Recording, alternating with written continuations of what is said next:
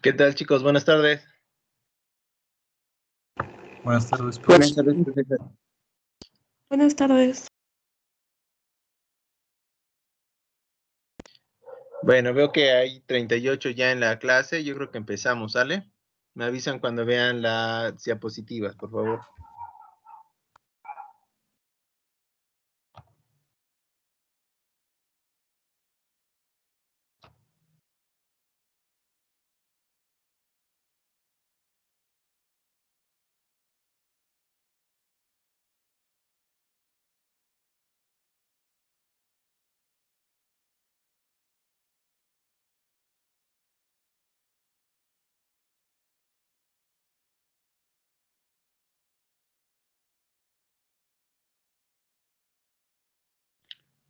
¿Listo, muchachos?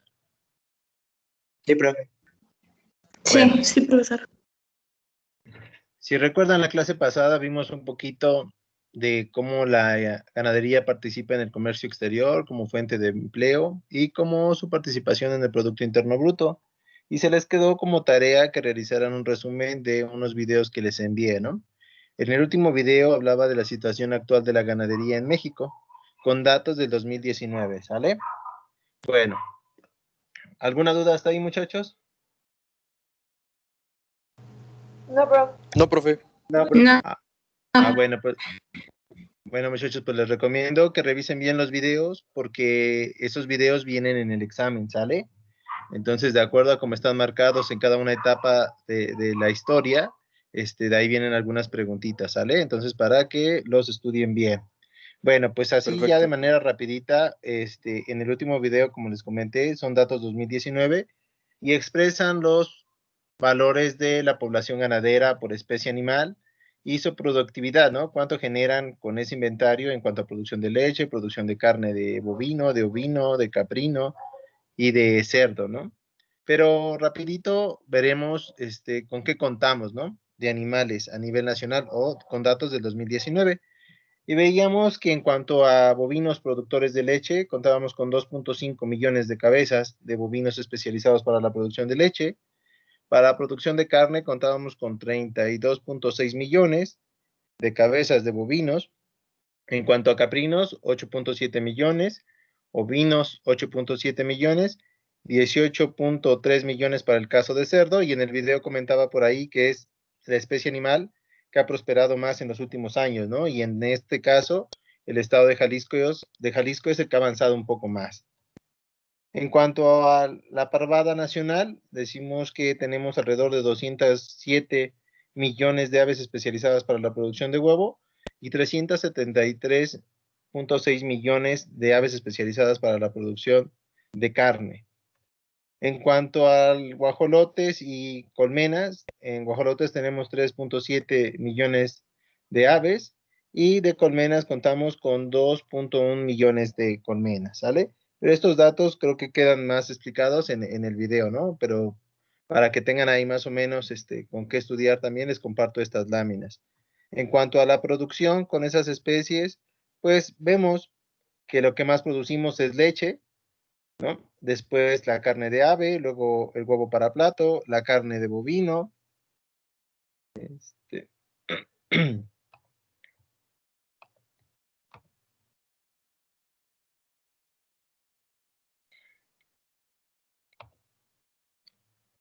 La leche de caprino, la carne de ovino, la miel, carne de caprino y como último la carne de guajolote, ¿no? Bueno, ¿sí me siguen hasta ahí, muchachos? Sí, profe. Sí, profe. Ah, bueno. Sí. Bueno, pues este es así de manera rapidita porque eso ya viene explicado en el video, pero pues para que les sirva también, ¿no? Para que ahí tengan algo con que ver cómo estamos produciendo a nivel nacional. Bueno, muchachos, pues en esta lámina que sigue les muestro que solamente son 5 productos o subproductos de la ganadería que son los que más aportan a la producción nacional.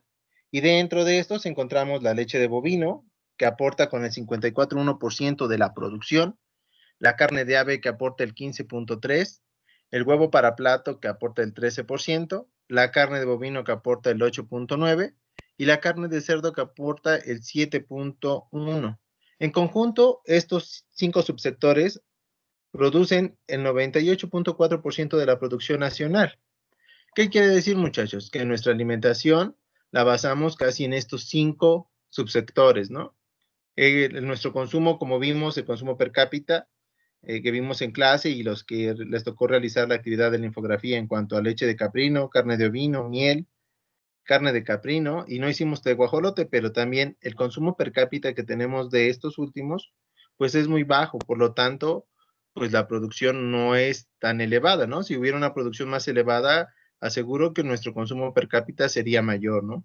Entonces, la producción nacional ganadera recae en la leche de bovino, la carne de ave, huevo para plato, la carne de bovino y la carne de cerdo.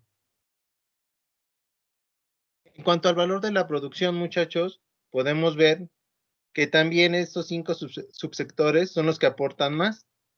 Aportan el 97,5% del valor de la producción. ¿A qué me refiero con el valor de la producción? En las láminas anteriores vimos un poquito del valor de la producción y decíamos que es la producción, las toneladas que producimos de cada uno de estos subsectores y lo multiplicamos por el precio, ¿no? Entonces vemos que ya multiplicando por el precio tanto la leche de bovino como la carne de ave, el huevo para plato, la carne de bovino y la carne de cerdo, vemos que la proporción cambia, siendo ahora mayor la proporción en carne de bovino, que aporta 29,1% del valor de la producción. Y veíamos por qué, porque es una de las proteínas más caras, ¿no? Y vemos que la producción de leche, que era la que más aportaba con el 54,1% en cuanto a la producción, ahora cuando la multiplicamos por su precio, su valor de la producción que aporta es de 16,6%.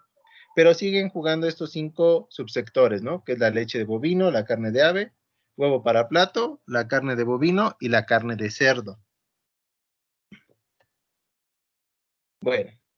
Otro de los temas que vamos a ver en esta parte de la unidad 1 se refiere a la regionalización de la ganadería en México. Y para esto, la Zagarpa, o lo que era antes la Zagarpa, dividió al territorio nacional en 5 regiones, ¿no?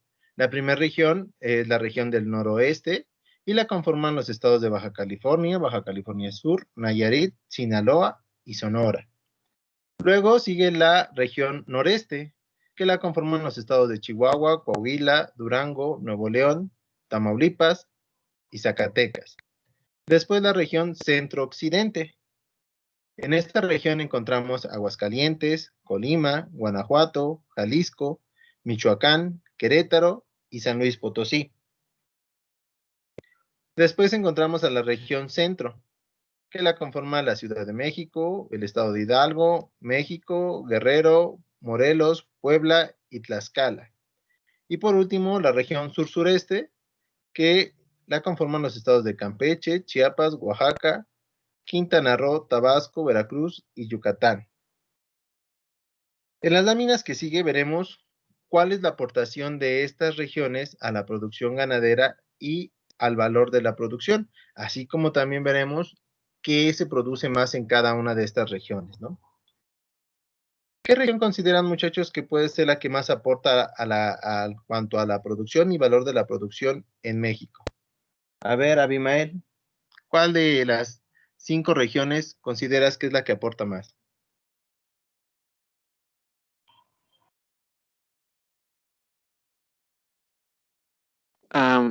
Sí, perdón, profe. Es que acabo de entrar y Bueno. no sé de qué están hablando. No te preocupes. Tuve Aldo, problemas. no te preocupes. Aldo, ¿nos podrías compartir qué región consideras que es la más productiva? ¿Yo, profe? Sí, Aldo. Yo pienso que noreste. ¿El noreste? Gracias, Aldo. A ver, Diego Fernández, ¿cuál consideras que es la más productiva? Sí, pensaría igual que la noreste. Noreste. A ver, alguien que piense diferente. Yo, A ver, Emiliano, dime. el centro-occidente. Centro-occidente. ¿Por qué consideras que la centro-occidente, Emiliano? Creo que Jalisco tiene, bueno, es un alto productor en ganadería, ¿no? Sí, es cierto lo que comentas, ¿no? Jalisco es de los principales productores en varios sectores, ¿no? En cuanto a producción de huevo, producción de carne de bovino, en leche también, en carne de ovino. Pero vamos analizando cada una de las regiones, muchachos. Gracias. Pues a nivel nacional, en el 2019 se produjo alrededor de 22 millones de toneladas de alimentos de la ganadería, ¿no? Y para esto, como muestra la imagen, vemos que cada región aporta un cierto porcentaje. Y como lo comentó su compañero, efectivamente la región centro-occidente es la que aporta más a la producción nacional, con 41.5%. Después de la región centro-occidente encontramos la región noreste, luego la región sur-sureste, luego la región centro y al último la región noreste. Y vemos que la región centro-occidente es la que aportó más a la producción con 9.4 millones de toneladas.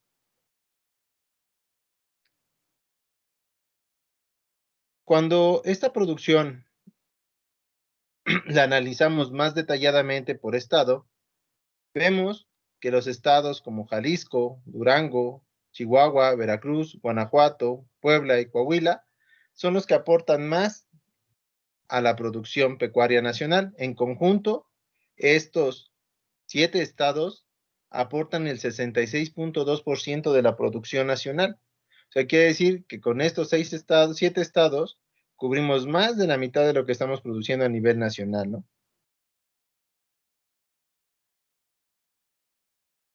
Cuando multiplicamos esta producción por el valor de la producción, vemos que hay un poquito de cambios, ¿no? Pero aún así sigue la región centro-occidente aportando un mayor valor de la producción, con 40% del valor de la producción, aportando en el 2019 192 mil millones de pesos. Después de esta vemos que incrementa ahora la región sur-sureste, después la región noreste, luego la región centro y al final sigue siendo la región noreste. Entonces, si en el examen les preguntara qué región es la que aporta más a la producción pecuaria nacional, me dirían que es la región centro-occidente. Y si les pregunto cuál es la que menos aporta, pues es la región noreste. ¿Sale? Dentro de los estados que también que mayor aportan al valor de la producción, vemos que son 7, y también está Jalisco, Veracruz, Puebla, Durango, Guanajuato, Sonora y Aguascalientes. Y vemos que en conjunto aportan más del 50% del valor de la producción.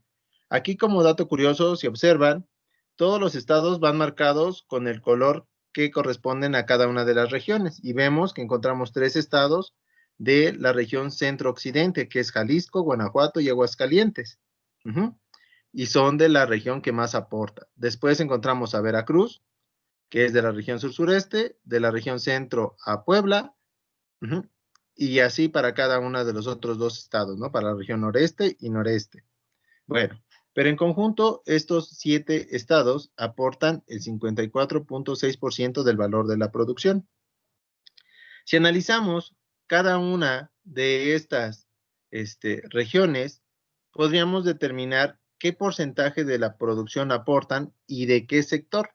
Por ejemplo, la región centro-occidente aporta en cuanto al valor de la producción el 40% del valor de la producción. Y vemos que son potencia en la producción de huevo para plato, de carne de ave, leche de bovino, leche de caprino, carne de cerdo, con valores por arriba del 30%, siendo mayor en la producción de huevo para plato. ¿Sale, muchachos? Y de ahí son valores arriba del 40 para carne de ave y por arriba del 30 y tantos, 35% para la leche de bovino, caprino y carne de cerdo. La siguiente región es la región noreste. Y en esta región vemos que ocupa el segundo lugar en cuanto a la producción pecuaria nacional y aporta el 16.7% del valor de la producción. Y podemos ver que esta región es fuerte en la producción de leche de caprino, ya que aquí se produce el 54% de la leche de caprino a nivel nacional. Y eso tiene una correlación, ya que en estos estados vamos a encontrar el mayor inventario de cabras, ¿no? Lo mismo para leche de caprino y leche de bovino. Hay que recordar que en estos estados se encuentra parte de la comarca lagunera, que es una de las fuentes o de las cuencas lecheras más importantes del país. En tercer lugar encontramos a la región sur-sureste y vemos que en cuanto al valor de la producción aporta el 20.5% del valor de la producción. Y vemos que en cuanto a su producción, pues es muy significativa la producción de miel, ya que en esta región se produce el 58% de la producción de miel a nivel nacional, así como la carne de guajolote con un 51.11%. Estos dos productos es lo que más se genera en la región sur-sureste, pero también es importante en cuanto a la producción de carne de bovino. Hay que recordar que en esta parte de la región sur-sureste, encontramos estados muy ganaderos, ¿no? Como sería el caso de Veracruz, Tabasco, Chiapas, Campeche, ¿no? Y también es importante en la producción de carne de ave y carne de cerdo. Si se recuerdan, en las clases anteriores les comenté que en esta parte de la península son algunos estados, bueno, más bien Yucatán es uno de los estados que tiene la capacidad de poder exportar carne de cerdo a otros países, y esto es por su estatus sanitario, ¿no? Bueno, en cuarto lugar, vemos a la región centro, y que aporta el 12.8% del valor de la producción. Y aquí vemos que en la región centro lo que más se produce es la lana de ovinos, ¿no? Y aquí tiene una relación. ¿Por qué? Porque en esta región también se encuentran los estados que tienen el mayor inventario ovino, como cuáles, como el estado de México, el estado de Hidalgo, parte de Puebla, y por eso se produce gran cantidad de lana. ¿Por qué? Porque aquí hay muchas razas de cobertura lanar. Hay ovinos de lana y ovinos de pelo. En este caso, las razas de lana podremos encontrar como la Suffolk, que es los que conocen como de cabeza negra. Son unos ovinos de color como blanquito y todas sus patitas y su cara es de color negra. También existe la raza Ham, que también es de cobertura lanar. El Dorset, ¿qué otra raza de lana? Pues más o menos esas tres razas son las que predominan en la región centro, ¿no? Y todas son de cobertura lanar y por eso que hay una mayor producción de lana. No podríamos encontrar ovinos de lana en la región trópico porque sería una mayor situación de estrés para estos ovinos, ¿no? Por regular su temperatura. También vemos que es importante en esta región la carne de guajolote, y si juntamos la producción de la región sur-sureste y la región centro de guajolote, casi tenemos ya el 100% de la producción de carne de guajolote. Y otra cosa importante que produce la región centro es la carne de ovino. ¿Por qué? Como les comenté, en estos estados es donde encontramos el mayor inventario de ovinos. Para el resto de la producción de los otros subsectores, pues es medianamente baja, ¿no? Y en último lugar encontramos a la región noroeste, ¿no? Y vemos que en esta región solamente producen el 20% de la carne de cerdo y el 15% de la carne de bovino, ¿no? Aquí podríamos ver igual que hay un estado que es importante en cuanto a la exportación de carne de cerdo, ¿no? Bueno, muchachos, pues de esta manera podríamos clasificar las 5 regiones de acuerdo a la Zagarpa y el valor de la producción que ocupan, así como sus principales sectores de la producción pecuaria que aportan a la producción nacional, ¿no? Bueno, muchachos, pues hasta aquí terminaría la unidad 1, ¿sale? ¿Preguntas de la unidad 1, muchachos?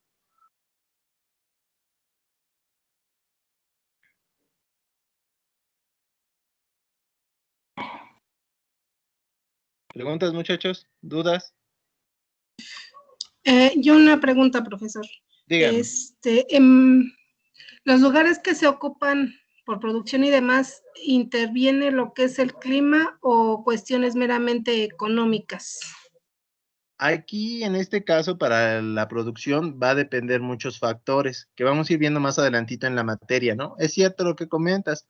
Tiene que ver algo la cuestión del clima, dado que factores ambientales limitan la producción de muchos sistemas de producción. Luego, también hablaríamos en la siguiente unidad de los sistemas de producción. A lo mejor si habláramos de carne de bovino, podríamos decir que en la región sur-sureste se produce carne de bovino, pero se produce la mayoría en pastoreo, mientras que en estados más hacia el norte o centro de la República, el sistema de producción es intensivo, es en corrales. Entonces, dependiendo la región, va a ser los sistemas de producción que encontremos. Entonces, de eso va a partir el nivel de producción de cada una de las regiones, ¿no? No sé si con eso conteste tu pregunta, Julieta. Sí, profesor. Gracias. ¿Alguna otra pregunta, muchachos? ¿No? No nos va a preguntar qué estado exporta, bueno, o sea, ¿cuánto exporta Jalisco de tal? No, ¿verdad? No. Sería, Bueno. sería casi que reprobarlo. Si les pido un dato específico, no. O sea, no, pero sí puedo decirle qué estado aporta más a la producción de huevo para plato y sí tienen que Así saberlo, es, ¿no? sí. Porque aquí está. Ajá, pero números no se los voy a pedir, ¿no? Eso sí que les quede claro, muchachos. En cuanto a las tablas o las gráficas, es para que ustedes se orienten y se guíen, pero a mí no me gusta pedir cifras exactas, ¿no? Sí me gusta que se lleven la idea que produce más. Es como si yo les preguntara, ¿cuáles son los 5 subsectores que aportan más a la producción pecuaria nacional? Y lo acabamos de ver en las láminas anteriores, que es la leche de bovino, ¿cuál más? La carne de bovino, la carne de cerdo, el huevo para plato, ¿no? Y la carne de ave. ¿No? Carne de cerdo a lo mejor también, ¿sí? Pero de esa manera puede ser el examen. No voy a pedirles datos exactos, ¿no? Que les diga a ver cuánto aportan en conjunto esos 5 o 6 subsectores, no se los preguntaría yo, ¿no? Ay, gracias. Sí, para que más o menos se vayan dando una idea de cómo es el examen.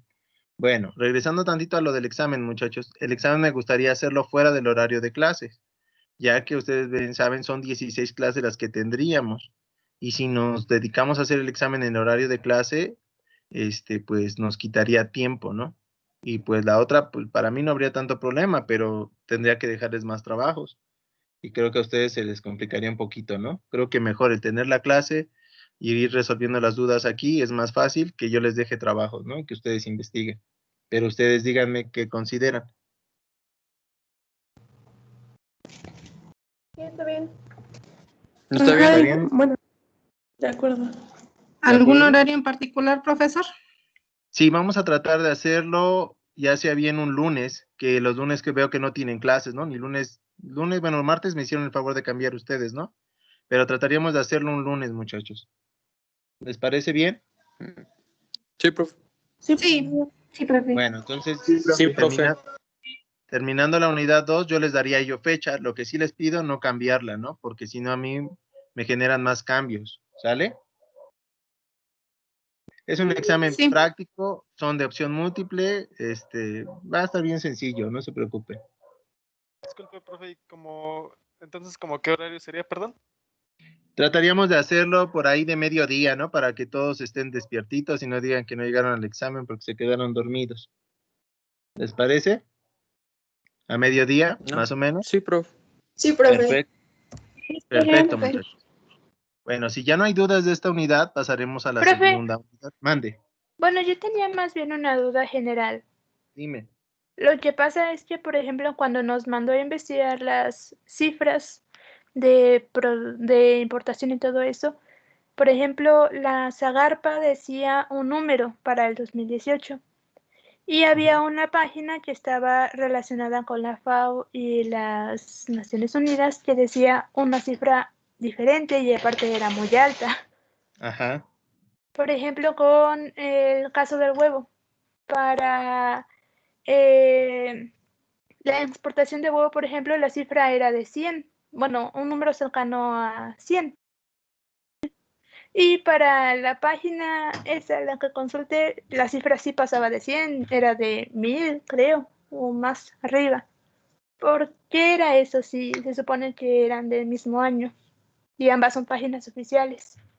Ándale, es que va a depender de muchos factores, ¿no? Yo, ¿con cuál me guío? Si ustedes se dan cuenta, en mis láminas aparece solamente CIAP y el Atlas Agroalimentario, que también pertenece al CIAP, ¿no? Que es la SADER. ¿Por qué? Porque es la fuente más oficial, dado que ellos manejan todo el control de pedimentos. ¿Qué son los pedimentos? Los pedimentos son como los permisos que tiene uno que sacar tanto para importar como para exportar. Entonces, yo me guío con los datos que maneja el CIAP, ¿no? Entonces, aunque las dos son oficiales, pero la que tiene yo creo que más certeza de cómo está el nivel de producción sería la Zagarpa, ¿no? O la SADER, pues. Entonces, si les pregunto algo, va a ser referente a lo que está en las láminas, ¿sí? Profe, ¿y usted Mande. nos podría dar algún dato con respecto a la infografía que nos pidió? Bueno, en mi caso tocó miel y Ajá. por más que busqué en Zagarpa, en páginas del gobierno y, vamos, muchas revistas de apicultura, no encontré datos de importación de miel a México. Es que en cuanto a la producción de miel, en cuanto a importación, es casi nulo. ¿Ya revisaron el Atlas Agroalimentario del 2019? Descárguenlo y ahí van a ver que viene para cada uno de los sectores. Ahí echen una revisadita. ¿Alguien lo checó? Gracias. ¿Alguien No, checó yo el en lo Atlas? personal no. Búsquenlo, muchachos, y descárguenlo para que se den una idea en cuanto a lo que era su tarea, ¿no? Yo pensé que ahí por ese lado lo iban a encontrar. Profe, y Mande, en las Karen. exportaciones para huevo, yo tampoco encontré casi nada. ¿No? ¿En qué buscaste, Karen? No me acuerdo, ahí la tengo guardada. No me acuerdo su nombre. Creo Bueno. que sí era una página oficial del gobierno. Yo tampoco encontré, profe, de eso. Ándele, pues revisen, descarguen el Atlas Agroalimentario y verán que ahí viene la información que yo les solicité. Bueno, Bueno, la fuente era el CIMA, creo, que es el Centro de Investigación, no sé qué, Ajá. no me acuerdo bien, y decía que no habían datos como tal porque eran muy esporádicas o a veces pues que no había o que eran muy poquitas. Ajá. Si recuerdan también en la clase hablamos de eso, ¿no? Cuando les presenté unas láminas en cuanto a exportación e importación y veíamos que en cuanto a aves es muy poco lo que se exporta, ¿no? Y tiene razón por ese lado su compañera. Bueno, les digo, descarguen esa parte del Atlas para que quede más claro y les comento algo, les califiqué sus tareas, ¿no? Fui muy complaciente con ustedes y la mayoría tiene calificaciones arriba del 90, ¿sale? Excepto algunos que sí no se apegaron a lo que les había yo solicitado. Me preguntaron por ahí algunos que qué les faltó. Bueno, ¿qué consideré para la infografía? Pues primera presentación, que tuviera una distribución adecuada, que fuera legible. Hay quien a lo mejor el tamaño de la letra era pequeño, pero me anexaron 4 o 5 fotografías de la misma con un zoom, ¿no? Entonces ya se podía leer mejor. ¿Qué consideré más importante? Que me pusieran bibliografía, de dónde tomaron los datos, ¿no? Eso era lo correcto, que me mostraran de dónde los tomaron, ¿sale? Por si hay alguna duda, muchachos. Fueron contados los que no mandaron la tarea. ¿Sí? ¿Preguntas de eso, muchachos? No, profe. Gracias. No, profe, nada. No, profe. Bueno, pues entonces vamos a pasar a la unidad 2, ¿les parece? Sí, profesor.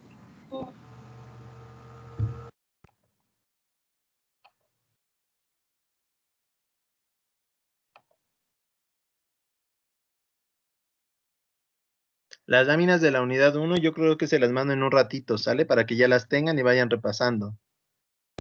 Sí, gracias. Sí, profe. Bueno, la segunda unidad, muchachos, vamos a hablar lo que se refiere a los sistemas de producción animal. ¿Cuál es el objetivo de esta unidad?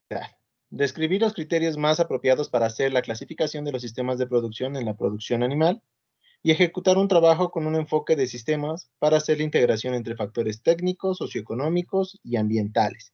En esta parte del temario, de la materia, vamos a ver que podemos clasificar los sistemas de producción de acuerdo a muchos factores, ¿no? Y vamos a ver también que dentro de estos factores vamos a tener los factores técnicos, que se refieren a todo el manejo que le podemos hacer a los animales, los socioeconómicos, que tienen que ver con la fuente de ingresos, el préstamos, todo lo que puede llegar a un sistema de producción, y los ambientales, qué factores ambientales pueden limitar o favorecer el desarrollo de un sistema de producción animal, ¿no? Como la temperatura, la precipitación, la radiación y algunos otros factores, ¿no? Entonces empezaríamos hablando del concepto de sistemas de producción animal, cuáles son los elementos, qué interacciones hay, qué dinámica hay del sistema. Y el tema 2, ¿cómo podríamos clasificar los sistemas de producción, ¿no? ¿Qué criterios tomaríamos para clasificar estos sistemas de producción? Bueno, para iniciar, me gustaría escuchar a algunos de ustedes que me ayuden a definir la palabra sistema.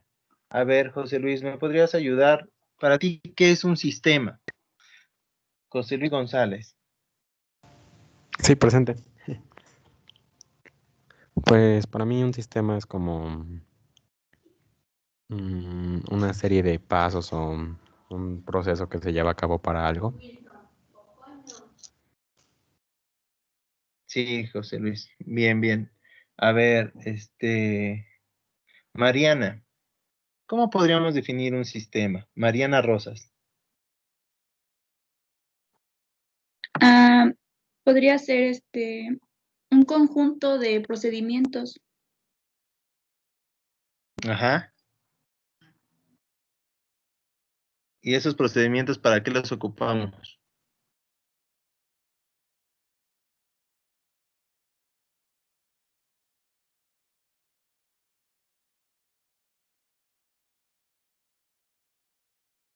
A ver, Odalis, ¿qué más podemos decir de la definición de sistema?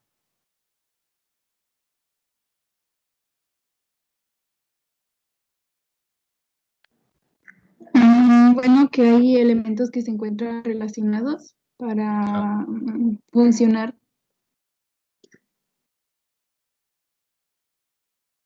Sí, tiene razón, que hay elementos que interrelacionan, ¿no? A ver, Araceli, Pérez Araceli, ¿qué podemos decir del sistema, Araceli?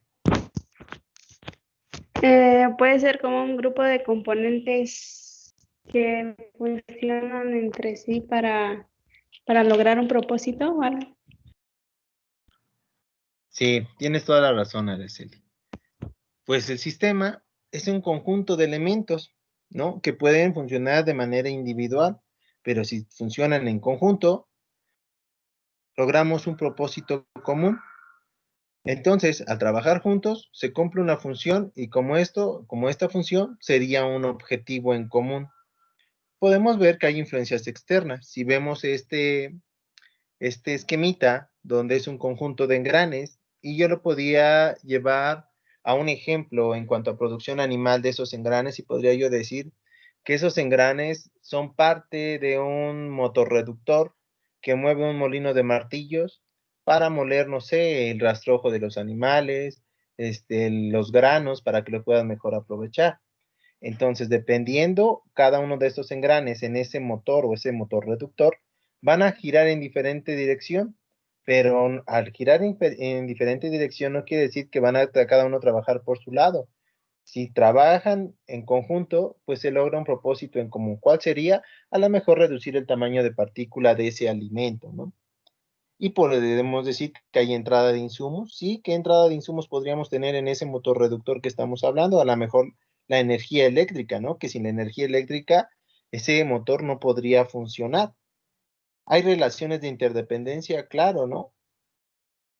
También podríamos decir que hay subsistemas, ¿no? ¿Cuál sería cada subsistema? Pues sería a lo mejor un componente. El componente verde sería un subsistema, el componente rojo sería otro y el componente blanco sería otro.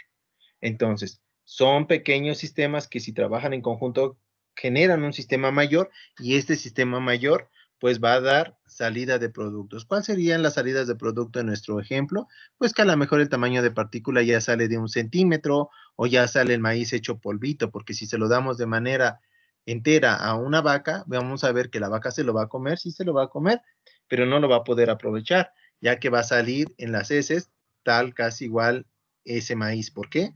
Porque el maíz está envuelto en una cutícula que es difícil para degradar para la vaca. Y no tanto para la vaca, sino para todos los microorganismos que se encuentran presentes en su aparato digestivo. Por lo tanto, el maíz no podría ser degradado y saldría tal cual. Bueno, esto sería básicamente para mí, con un ejemplo, el concepto de sistema. Pero también aquí tenemos la definición de dos autores y podemos decir que el sistema es cuando un cierto número de cosas están ensambladas para realizar una función en común.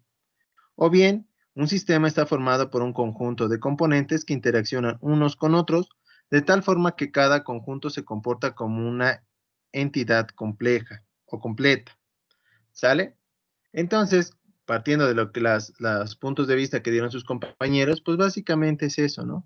Es un conjunto de elementos que si trabajan en conjunto, vamos a lograr un producto común para todos esos subsistemas, ¿no?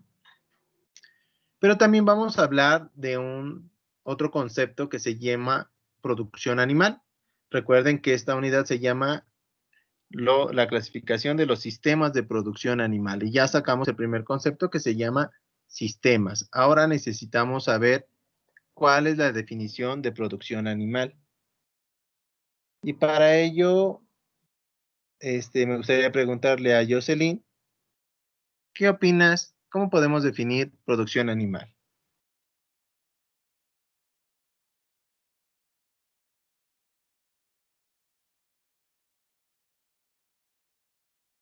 Pues sería todo lo que tenga que ver con los animales domésticos, ¿no? Como todo. A ver, ¿qué sería todo?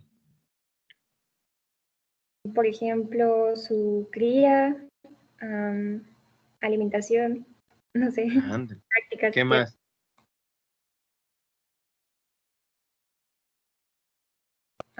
Pues igual que se utilicen para obtener distintos productos de origen animal. Ándale. Sí, gracias, Jocelyn. A ver, Perla Juárez. ¿Cómo podemos definir producción animal? Hola, profesor. Pues sí, Hola. sería eso que se refiere, bueno, su principal objeto sería la cría, la alimentación, la multiplicación y también la mejora de los animales domésticos que son útiles para nosotros los hombres y a través de estos podemos obtener alimentos, bueno, productos. Gracias, Perla. Lo que dijo su compañera engloba casi todo esto. Ella habló de genética, de nutrición, de que era alimentarlos, multiplicarlos, que podríamos decir reproducción, y la calidad de los animales, que podríamos decir que es la genética, ¿no? Y ya otra cosa sería, por ejemplo, la producción de forraje. Y esto no es más que conocimiento científico, muchachos, ¿no? ¿Se acuerdan que la zootecnia se trata de conocer la fisiología de estos animales, ¿no? Y podemos hablar de la fisiología en cuanto a nutrición, en cuanto a reproducción, en cuanto a genética y en cuanto al crecimiento de los pastos.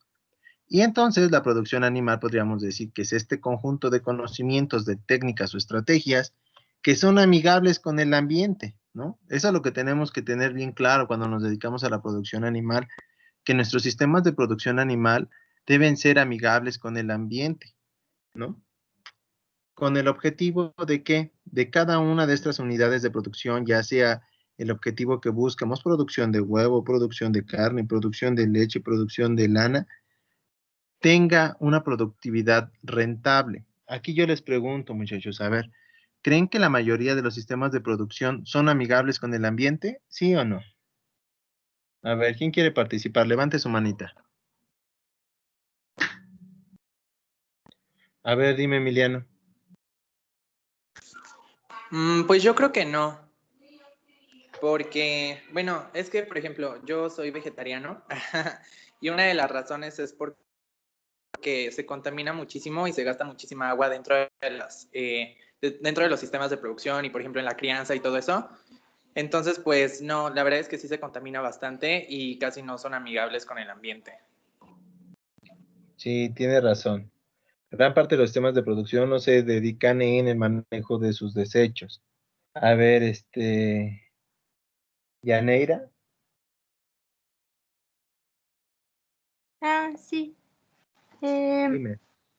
Pues yo diría que no, los sistemas de producción animal no son amigables con el medio ambiente porque, por ejemplo, aquí en México, desde, como lo dijeron en los videos, se lleva manejando un método de ganadería que es extensiva, que es soltar a los animales ahí que anden libres.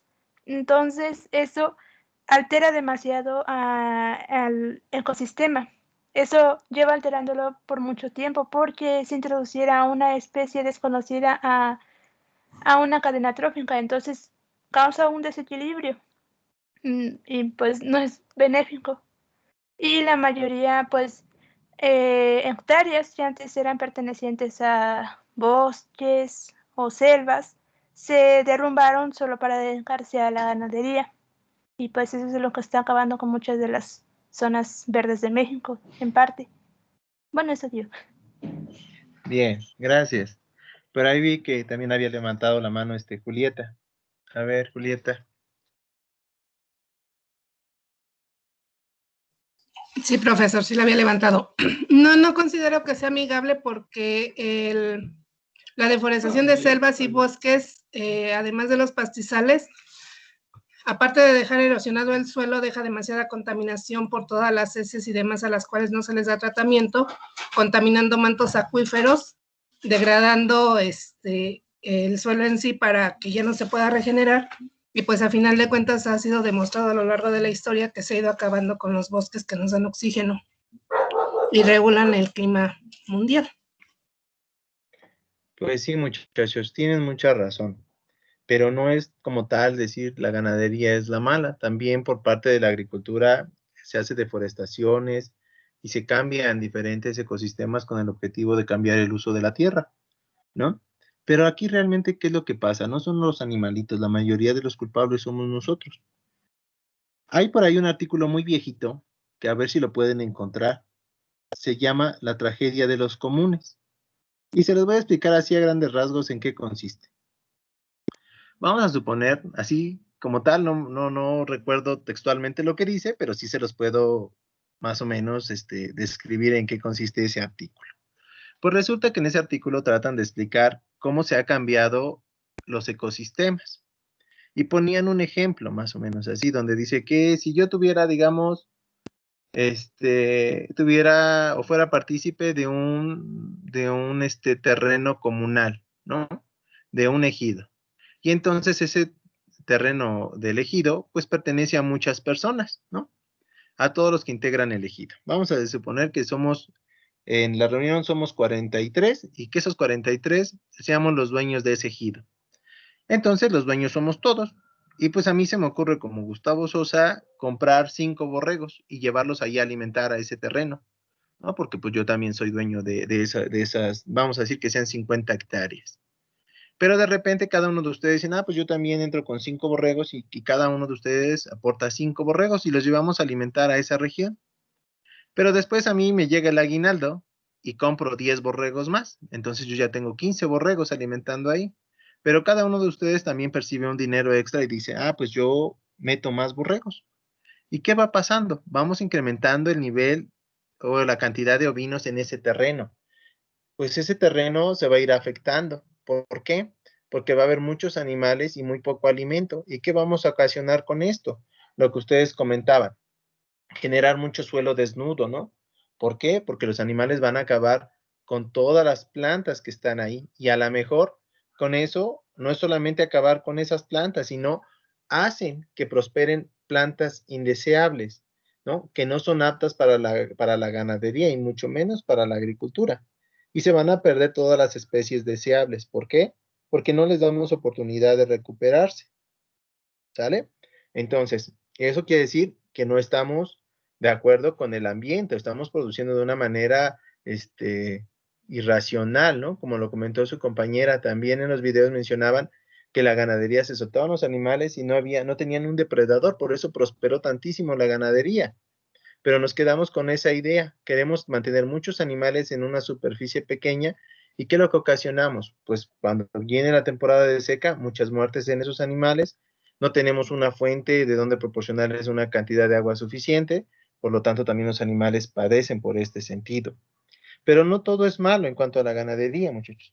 También hay quienes se han preocupado por una producción limpia, verde y ética, como lo muestra aquí el dibujito, ¿no? Y dentro de estos están los australianos y los uruguayos que trabajan en esa línea, limpio, verde y ético. Limpio. Limpio se refiere a que no tenemos que hacer uso indiscriminado de hormonas o de antibióticos o de cualquier medicamento que se le tiene que aplicar a los animales. Verde. ¿A qué se le suena eso de verde, muchachos? A ver, Hugo Godínez, ¿a qué te suena eso de verde? Ya les dije lo de limpio. A ver, ¿qué te suena eso de verde?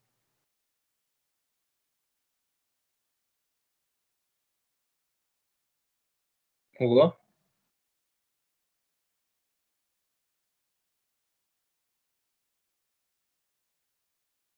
¿No? A ver, Gerardo Martín.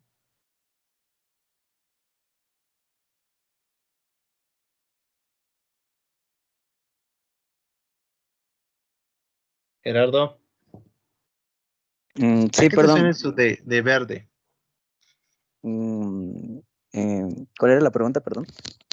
Ajá, les expliqué que limpio se refiere a que no se les aplique tantos hormonales, tantos antibióticos, ¿no? Verde, ¿a qué te suena? ¿Qué sería esa parte de la producción limpia, verde y ética? Verde que sea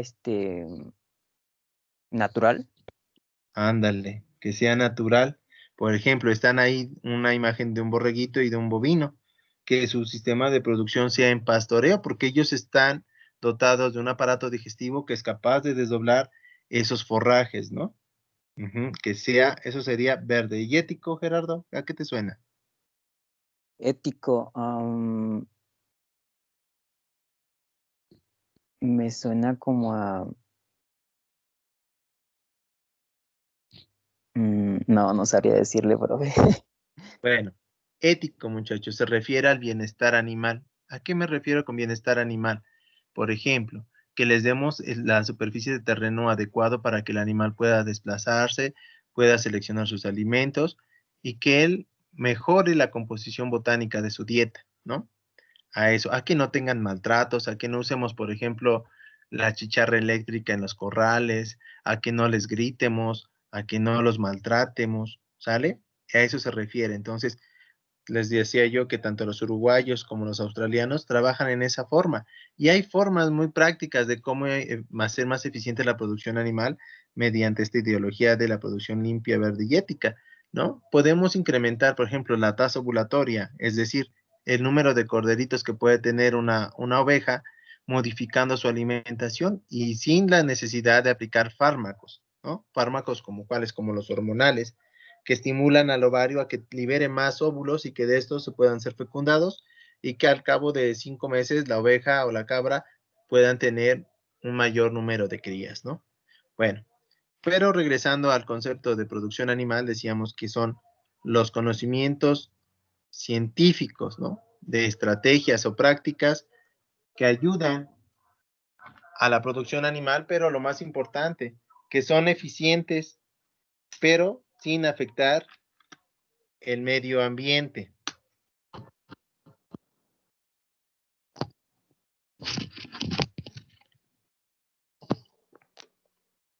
¿Sí? Bueno, pero según estos autores, podemos decir también que la producción animal es el conjunto de técnicas basadas en el conocimiento científico que no afectan el ambiente y es aplicable a las unidades de producción ganadera.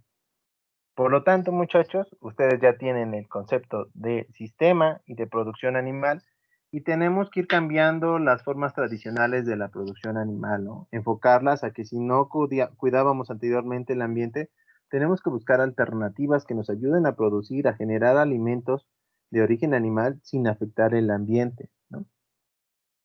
Bueno, entonces podríamos tener ya el concepto de sistema de producción animal y lo definiríamos de la siguiente manera, como el conjunto de plantas y animales que interactúan en un suelo determinado con ciertas características climáticas con el objetivo de proveer alimentos para el hombre, como sería la carne, leche o huevo. Pero para que les quede más claro, aquí les dejo la definición. Y dice que es conjunto de plantas y animales que en un suelo y clima dado son manejados por el hombre con técnicas y herramientas características para lograr un producto deseado. Y vamos a ver que en los sistemas de producción animal vamos a encontrar factores ambientales, factores técnicos y factores socioeconómicos. Iniciando la clase de la segunda unidad, les comenté qué factores interactuaban en los sistemas de producción animal y les dije que ahí que tenemos los ambientales y dentro de los ambientales decíamos que hay como la temperatura, la precipitación, la radiación, los factores técnicos que está toda la parte de manejo como la nutrición, la reproducción y los factores socioeconómicos que puede ser la mano de obra, el capital, pero vamos a desglazarlos cada uno y empezaremos con los factores ambientales. Dentro de los factores ambientales tenemos a la temperatura, la precipitación, la radiación, el viento, la vegetación y el suelo. Pero vamos a que quede algo más claro. Vamos a poner, por ejemplo, una oveja, ¿sale? Y es una oveja de lana. ¿Cómo influiría la temperatura en la producción de esa oveja de lana? A ver, ¿quién me ayuda? Yo. A ver. Dime, Emiliano. Supongo que a mayor temperatura, menos será la lana que produzca esta oveja, debido a que supongo que la función del animal, bueno, de la lana en el animal es regular su temperatura. Entonces, entre mayor temperatura, menos lana. Gracias, Emiliano. Sí, tienes mucha razón. Con el ejemplo de la oveja de lana, quiere decir, como dijo su compañero, si está en una temperatura de confort, lo que produzca de lana va a ser porque ya cubrió sus requerimientos nutricionales y lo que le sobre va destinado a producción. Pero si esa oveja de lana la tenemos en un clima más cálido, la oveja se va a preocupar primero por cubrir sus requerimientos nutricionales, después por brindarse una situación de confort, ¿no? ¿Cómo? Pues tratando de disipar el calor. A lo mejor puede hacerlo por diferentes métodos, pero el más fácil que le suena a la borrega sería irse a acostar en la sombra. Y si se acuesta en la sombra, deja de comer, y si deja de comer, deja de producir. Entonces la temperatura puede afectar a los sistemas de producción, en este caso de la oveja, ¿no? Pero también la temperatura puede ser benéfico para el sistema de producción. ¿Cómo podría ser benéfico o de qué manera la temperatura podría servirle para bien a esa oveja? A ver, ¿quién me ayuda?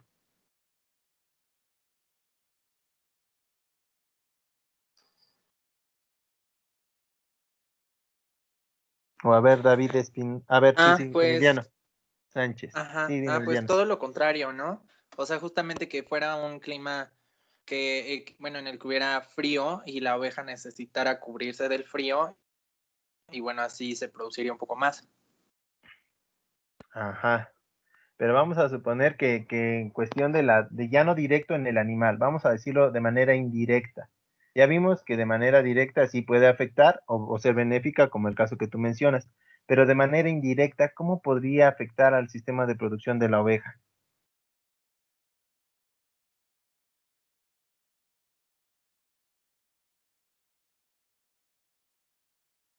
A ver, Hugo. Ah, que Hugo no te podía conectar hace un rato, perdón. ¿Quién más? A ver, Julieta. Pudiese ser en el hecho de que hay menos acceso a forraje verde si hay una muy baja temperatura, y si es muy alta, pues obviamente si no hay la suficiente humedad, pues lo mismo, disminuiría mucho la producción de forraje en verde.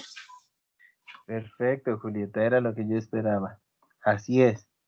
¿Qué pasa? Pues resulta ustedes, si nos basamos a un clima que todos conocemos, como se los dije en las primeras clases, pues sería el clima de Chapingo, ¿no? Y en esta temporada del año las temperaturas bajan, y bajan mucho. Al bajar esas temperaturas, algunas plantas limitan su crecimiento. ¿Cómo qué plantas? Vamos a hablar de la alfalfa. La alfalfa, hay una temporada del año donde expresa su máximo potencial de crecimiento, que es cuando hace mucho sol, y ese sería en verano. Pero lo que es en invierno, la producción de alfalfa disminuye muchísimo.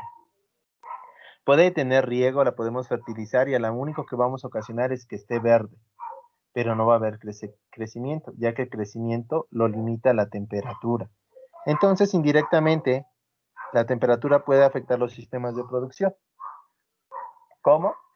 En cuanto a la disponibilidad de alimento, como lo comentó su compañera Julieta y su compañero también, ¿no? Bueno, entonces ya vimos cómo la temperatura puede afectar a los sistemas de producción animal. ¿Qué pasa con la precipitación, muchachos? ¿Cómo podría afectar a un sistema de producción de la oveja? Directa e indirectamente la precipitación. A ver, ¿quién participa?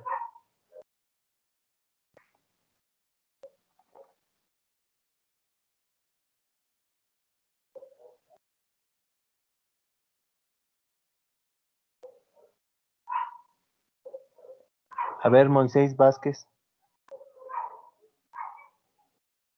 Sí, profe. ¿Cómo crees que la precipitación puede afectarnos? Pues puede ser en su alimento, puesto que si hay demasiada precipitación, bueno, como escasa o demasiada, de todas maneras afecta al cultivo, en dado caso del que se alimente, ¿no? Sí. Entonces, yo creo que nada más eso. Gracias, Moy. A ver, Guadalupe Fernández. ¿Cómo la precipitación puede afectar al sistema de producción de la oveja? Sí, profesor. Ajá. Sí, Dime, Lupita. pues sería en su alimentación, porque si hay más precipitación, obviamente va a haber más crecimiento de su alimento. Bueno, eso es lo que yo veo, o lo que yo pienso. Bien, Lupita, gracias. Pues sí, muchachos. Indirectamente la precipitación puede afectar ese sistema de producción de la oveja en cuanto a la disponibilidad de alimento. Pero directamente, ¿cómo la puede afectar? Vamos a suponer que tenemos esa oveja, ¿no? Y entonces vemos que ya tiene mucha lana y la esquilamos, cortamos esa lana y la oveja tiene menos lana ya en su cuerpo. De repente viene una lluvia, pero aunado a la lluvia viene ráfagas de viento. Esas ráfagas de viento con la humedad que se va a ver en el ambiente va a ocasionar que la oveja sienta una sensación térmica inferior a la que esté marcando el termómetro. Entonces, ¿puede afectar esa precipitación en el sistema de producción animal? Sí, porque puede ser causante que esos sean problemas respiratorios para la oveja y se nos enferme, ¿no? Entonces, sí puede afectar tanto directa como indirectamente la precipitación. En el caso de la radiación, muchachos, también. A mayor radiación quiere decir que las plantas realizan una mejor fotosíntesis e incrementan su crecimiento, ¿no? Y su producción de biomasa, que nos va a servir como alimento para la oveja. Pero ¿qué pasa si hay mucha radiación? Pues por lógica la borrega va a tener que buscar una sombrita para librarse de esos rayos solares, porque de esa forma también absorbe calor a su organismo y ella lo que intenta es regular su temperatura corporal a fin de expresar su mejor potencial productivo. Entonces la radiación puede afectarnos tanto directa como indirectamente al sistema de producción de la oveja. El viento se los puse junto con lo de la precipitación. Si hay mucha humedad relativa y llega una ráfaga de viento, pues afecta a la salud de la oveja porque la sensación térmica que tiene la oveja es menor y podemos ocasionarle una enfermedad. Pero también el viento puede afectar indirectamente a ese sistema de producción de la oveja. ¿Por qué? Porque los forrajes, como todos los seres vivos, tenemos una capa de aire que nos envuelve, que está quieta. Cuando hay mucho aire, la planta se deshidrata. ¿Por qué? Porque le quitan cámara de aire que le permitía tener un ambiente adecuado. Al haber tanto aire, se remueve ese aire y la planta se va deshidratando. Los animales también sufren cuando hay muchas ráfagas de viento. Los que son de la región sureste, por ejemplo, yo cuando trabajé en Veracruz, hay una temporada de nortes, que les dicen nortes, y que hay muchas ráfagas de vientos ahí. Pues los animales cuando está el norte dejan de comer, se echan para protegerse de ese viento. Entonces, el viento también limita que los animales coman y por lo tanto su producción disminuye. La vegetación también es importante. Dependiendo del tipo de vegetación que encontremos en nuestro sistema de producción, va a ser algo benéfico o perjudicial para esa oveja.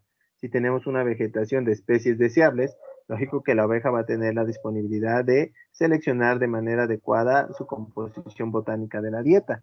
Pero si es una vegetación que no es apta para la ganadería, pues la oveja no va a tener que comer. Y también esta vegetación va a depender muchísimo del tipo de suelo que tenemos. Dependiendo del tipo de suelo, va a haber si se desarrollan algunos pastos o algunas gramíneas o algunas leguminosas. Por ejemplo, dependiendo de la acidez de ese suelo, ¿no? Va a hacer que prosperen o no prosperen ciertas especies. Bueno, dentro de los factores técnicos, hasta ahí que acabamos con los factores ambientales primero. ¿Alguna pregunta de eso, muchachos?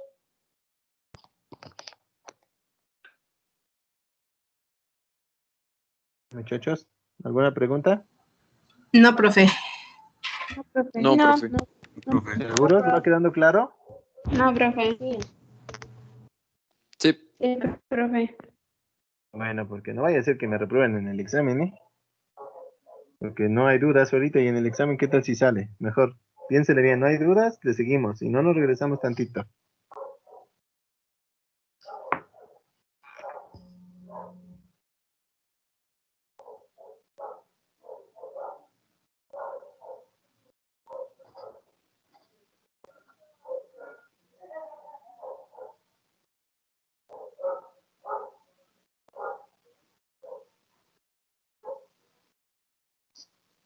¿No hay preguntas, muchachos?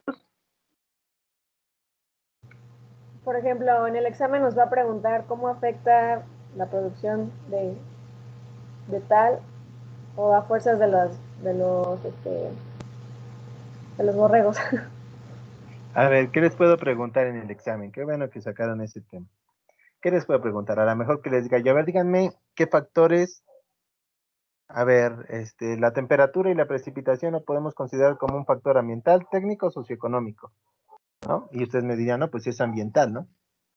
Y a lo mejor yo les puedo decir, es uno de los factores que de acuerdo a una mayor cantidad de radiación solar, produce una mayor cantidad de biomasa que puede servir de alimento para los rumiantes. Y ustedes me dirían, pues son un factor ambiental, ¿no? De ese tipo son mis preguntas, ¿no? No tanto así como me definan un concepto, muchachos. Es algo que ustedes razonen, ¿no? Que se lleven la idea de que es un factor ambiental, ¿sí? Y más adelantito veremos un factor técnico y un factor socioeconómico. Pero lo que me interesa es que se lleven esa parte, muchachos. A mí no me interesa que se aprendan un concepto si el concepto no lo vamos a poder relacionar en cuanto a la producción. A mí me interesa que ustedes se lleven de manera razonada qué influye y qué no influye o cómo podemos mejorar un sistema de producción animal. ¿Sí? Sí, profe. Perfecto, muchachos. Bueno, entonces, si no hay dudas más o hay alguna otra duda, con confianza, díganme.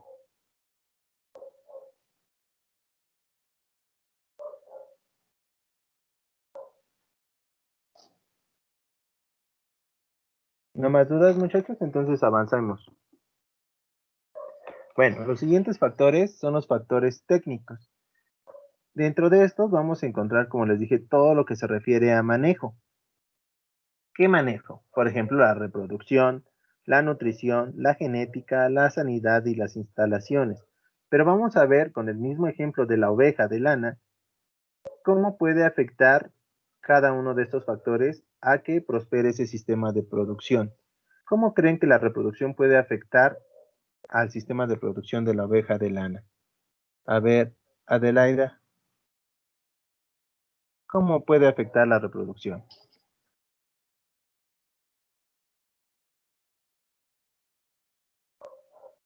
pues Sí, dime.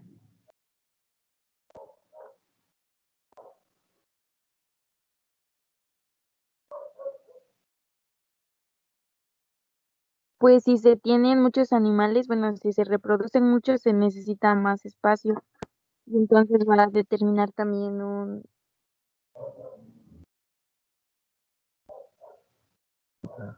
Gracias, Adelaida. A ver, Emiliano, buen día. Veo que tienes tu manita levantada. Pues me parece que al principio del curso comentamos que las ovejas tienen un periodo de reproducción muy marcado, ¿no? Y esto depende de la época del año. Ajá. Y pues me parece que eso limita de cierto modo el número de reproducción que se puede llevar. Perfecto. Gracias. A ver, Abimael. Pues con lo que ya mencionaron mis compañeros, si no se cuentan con los factores adecuados para una buena reproducción, la cantidad de borregos o ovejas que tengas pues va a ir reduciéndose y poco a poco pues tu producción de borregos pues va a terminar por extinguirse, ¿no? Creo que también ahí se relaciona bastante los factores ambientales, tanto los factores técnicos. Muy bien, muy bien. Gracias, Abimael. A ver, Yaneira. Bueno, yo pienso que así como con las plantas, la reproducción de los borregos podría ser también contraproducente porque durante ese periodo las hembras se vuelven más débiles, todos sus nutrientes se van hacia la cría, entonces durante esa época no son tan productivas. Entonces, pues también puede ser contraproducente a veces. Gracias. Pues sí, muchachos, lo que dicen tiene toda la razón. Primera, ¿cómo la reproducción puede limitar un sistema de producción? Primero, me gustaría retomar lo que dijo su compañero, que son unas razas poliéstricas estacionales, quiere decir que se reproducen en cierta época del año. Y si nosotros no tenemos bien marcado en qué época se puede reproducir esa oveja, pues ¿qué vamos a ocasionar? Pues que no se generen crías, ¿no? Y si no se generan crías, pues no vamos a tener corderitos que podamos vender para la engorda, por decirlo así, o hembritas que pueden seguir vendiéndose como reemplazos, que pueden servir como madres en otras unidades de producción. Bueno, pero vamos a suponer que a lo mejor sí tenemos bien claro en qué época se pueden reproducir esas ovejas. Pero ¿qué pasa si nosotros no revisamos cómo está el aparato reproductor tanto de las hembras como de los machos? Y en este caso, nosotros, como productores, siempre le tomamos más empeño a la hembra. ¿Por qué? Porque es la que hay más en la unidad de producción. Podemos tener 15 borregas y solamente un macho. Y a las que cuidamos más es a la borrega, ¿no? Porque es la que tiene los borreguitos, porque en ella transcurren muchos procesos fisiológicos que tenemos que cuidarle. Pero también nos olvidamos del macho. Al macho lo tenemos ahí, pero nunca nos preocupamos por si ese macho está funcionando bien. Y tenemos que recordar que ese macho va a cargar con la responsabilidad de que todas esas hembras queden gestantes.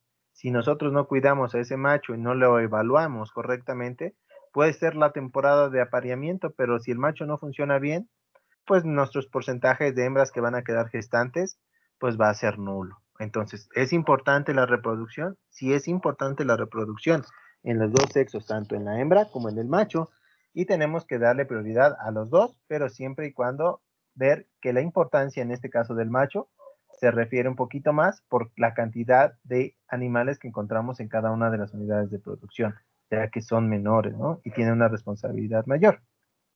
Bueno, algo que comentó también su compañera es que durante la reproducción, si la hembra logra quedar gestante, es más vulnerable, efectivamente, sí, es más vulnerable a que le dé una enfermedad, o que si no le damos una alimentación adecuada, el corderito no se desarrolle de una manera correcta.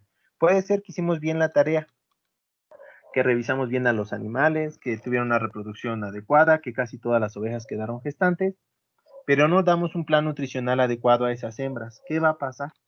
Vamos a suponer que nuestras hembras, si son 10, 5 tienen de a 3 corderitos en su pancita y las alimentamos igual a la que tiene uno. ¿Creen que esos corderitos van a desarrollar de la manera correcta? ¿Sí o no?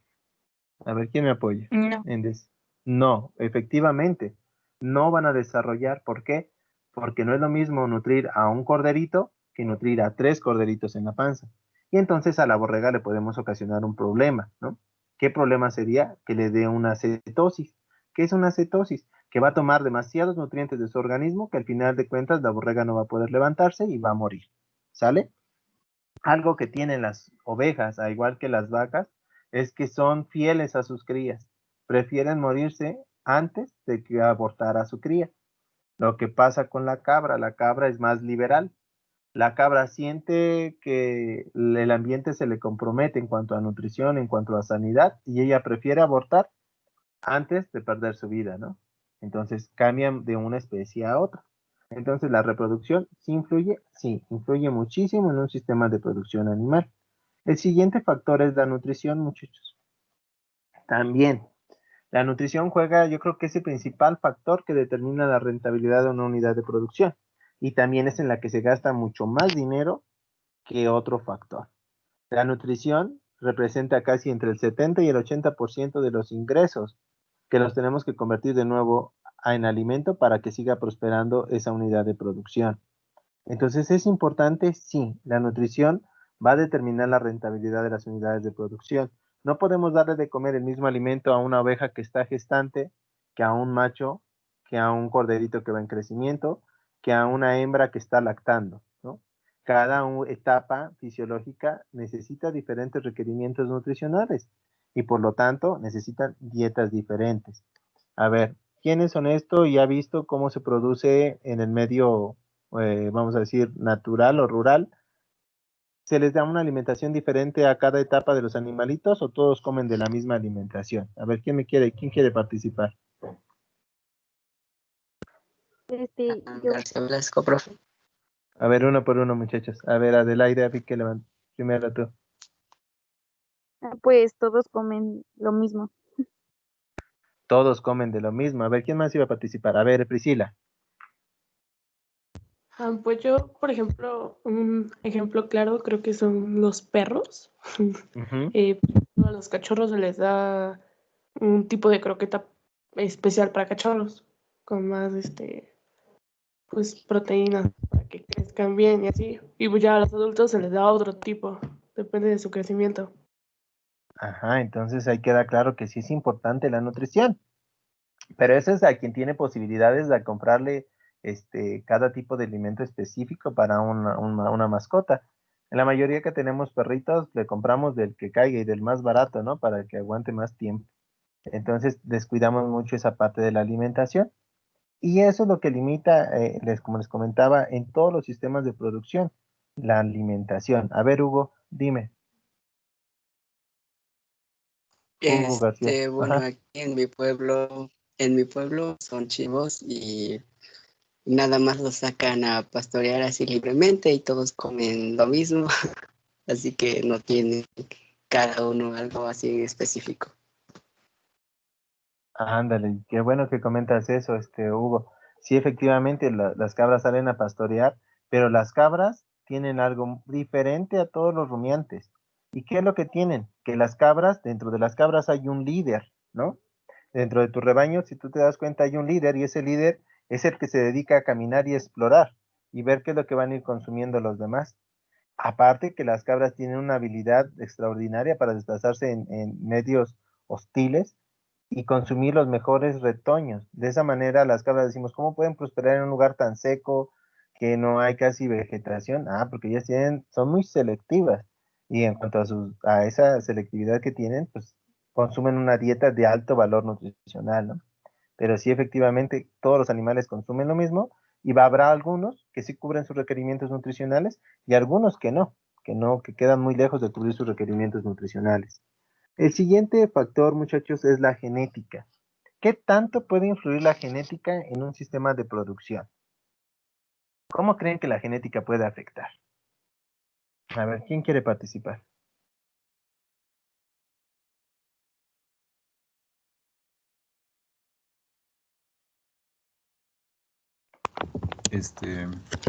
Sí. La genética, bueno, existen diferentes razas y cada una tiene pues ciertas características que benefician al sector al que produces. Entonces considero que si no tienes el conocimiento de para qué es cada raza, pues puedes tener una deficiencia en cuanto a cubrir tu sector de producción. Así es, Emiliano, tienes toda la razón.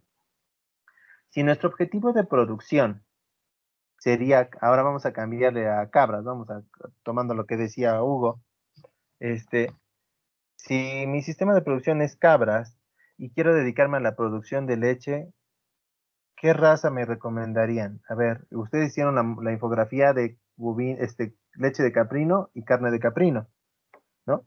¿Me recomendarían meter una raza Boer para la producción de leche de cabra?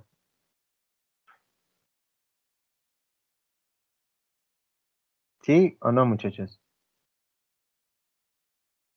A ver, los que hicieron la infografía de cabras, ¿qué me recomiendan?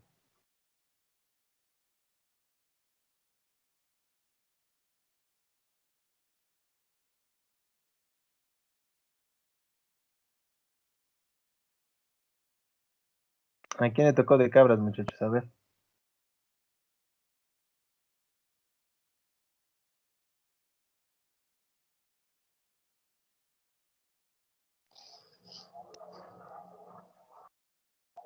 Pues, por ejemplo, a mí me tocó sobre el ganado bovino. Ajá. Y, bueno, yo encontré que las principales razas de productoras de leche es la Holstein y la Pardo Suiza americana. Ándale, tienes toda la razón, Emiliano. Si fuera en cuanto a bovinos de leche, sí, sería solamente la Holstein, ¿no? En cuanto a producción de leche. Pero si ahora te dijera, a ver, sí, mi unidad de producción es para leche, pero la tengo en el trópico. La vaca Holstein no serviría para ese clima, porque la vaca Holstein es específica para regiones con un clima templado a frío. Si me la llevo al trópico, lo único que va a dar va a ser lástima, porque no va a poder producir leche y va a poner en riesgo su vida. Entonces, para ese tipo de climas, de un clima más cálido, podría estar algunas razas cebuinas como el sardo negro, como el criollo lechero tropical, como el suizo, ¿no? Cruzamientos con suizo, con otro tipo de razas, pero no podríamos llevarnos la vaca Holstein a ese lugar porque no podría prosperar ese animal, ¿sale? Entonces, ¿sí influye la genética? Sí, influye muchísimo, muchachos, y tenemos que tener conocimiento en qué medio prospera cada una de las razas y cuál es nuestro objetivo de producción, si es carne, si es leche, ¿no? Independientemente de eso. Ahora, otro factor técnico es la sanidad. Y la sanidad también es muy importante. ¿Por qué? Cuando hablamos de sanidad, vamos a decir que un animal está libre de cualquier enfermedad. Y si está libre de enfermedad o cualquier patógeno, el animal puede expresar el máximo potencial productivo, siempre y cuando cubramos sus requerimientos nutricionales. Entonces, la sanidad es muy importante. Sí, sí es muy importante y puede limitar cualquier sistema de producción. Bueno, dentro de sanidad podríamos hablar de calendarios de vacunación. Por ejemplo, yo puedo tener un calendario de vacunación para aves, aquí en la región donde yo vivo, que es Calpulalpan, Tlaxcala. Puedo tener, no sé, para vacunar para 5 enfermedades más comunes en esta región, ¿no? Y con ese calendario de vacunación yo podría tener mi unidad de producción viable. Pero ¿creen que ese calendario de vacunación se ajustaría a alguien que sea, por ejemplo, de otro estado de la República? Para algunos de ustedes, para decir que cambiara al estado de Veracruz, ¿creen que serviría ese mismo calendario de vacunación o no sirve ese calendario de vacunación? No, no sirve. No sirve, efectivamente. ¿Por qué? Porque a lo mejor en esa región prosperan otro tipo de enfermedades. Entonces, lo que tendríamos que hacer es ajustar nuestro calendario de vacunación a las enfermedades más comunes en la región. Bueno, en cuanto a instalaciones, que sería otro de los factores técnicos, ¿qué tan importante es el uso de las instalaciones? Pues sí, si nosotros tenemos unas instalaciones que sean funcionales, que sea hablando desde el comedero, evitamos, si tenemos un comedero funcional, evitamos que se desperdicie alimento, Evitamos que ese alimento, si es temporada de lluvia, se moje y se desperdicie porque los animales ya no lo van a consumir. También, si es funcional ese comedero, evitamos que lleguen fauna silvestre que pueden ser, ¿cómo sería? Como vectores de alguna enfermedad, ¿no? También si tenemos las instalaciones adecuadas, podemos tener corrales con un piso antiderrapante, que eso nos puede ayudar a que los animales se desplacen de una mejor manera, o que estén techados, o que los proteja de la luz o del viento. Ajá. Entre mejor tengamos las instalaciones, mejor va a ser el desempeño de nuestros animales en cuanto a la producción. Por lo tanto, ¿son importantes las instalaciones? Sí, son muy importantes. ¿Qué instalaciones podemos tener? Podemos tener instalaciones desde corrales, salas de ordeño, bodega de alimentos, no sé, rastros, ¿qué otra cosa? Pues algo de ese tipo, ¿no? Dependiendo de nuestra unidad de producción, van a ser las instalaciones que nosotros ocupemos, ¿no? Regresando tantito a lo de las aves de postura, necesitamos las campanas que van a generar calor para las crianzas de todas las pollitas que llegan desde un día de nacidos. Con eso propiciamos a que el animal tenga un ambiente adecuado y pueda desarrollarse. Tener bebederos automáticos con el objetivo que el agua no se caliente, no se ensucie, siempre esté limpia. Comederos automáticos donde aportamos la cantidad necesaria de alimento y evitamos desperdicio, y que eso se vería reflejado en nuestro bolsillo. ¿Preguntas hasta aquí, muchachos?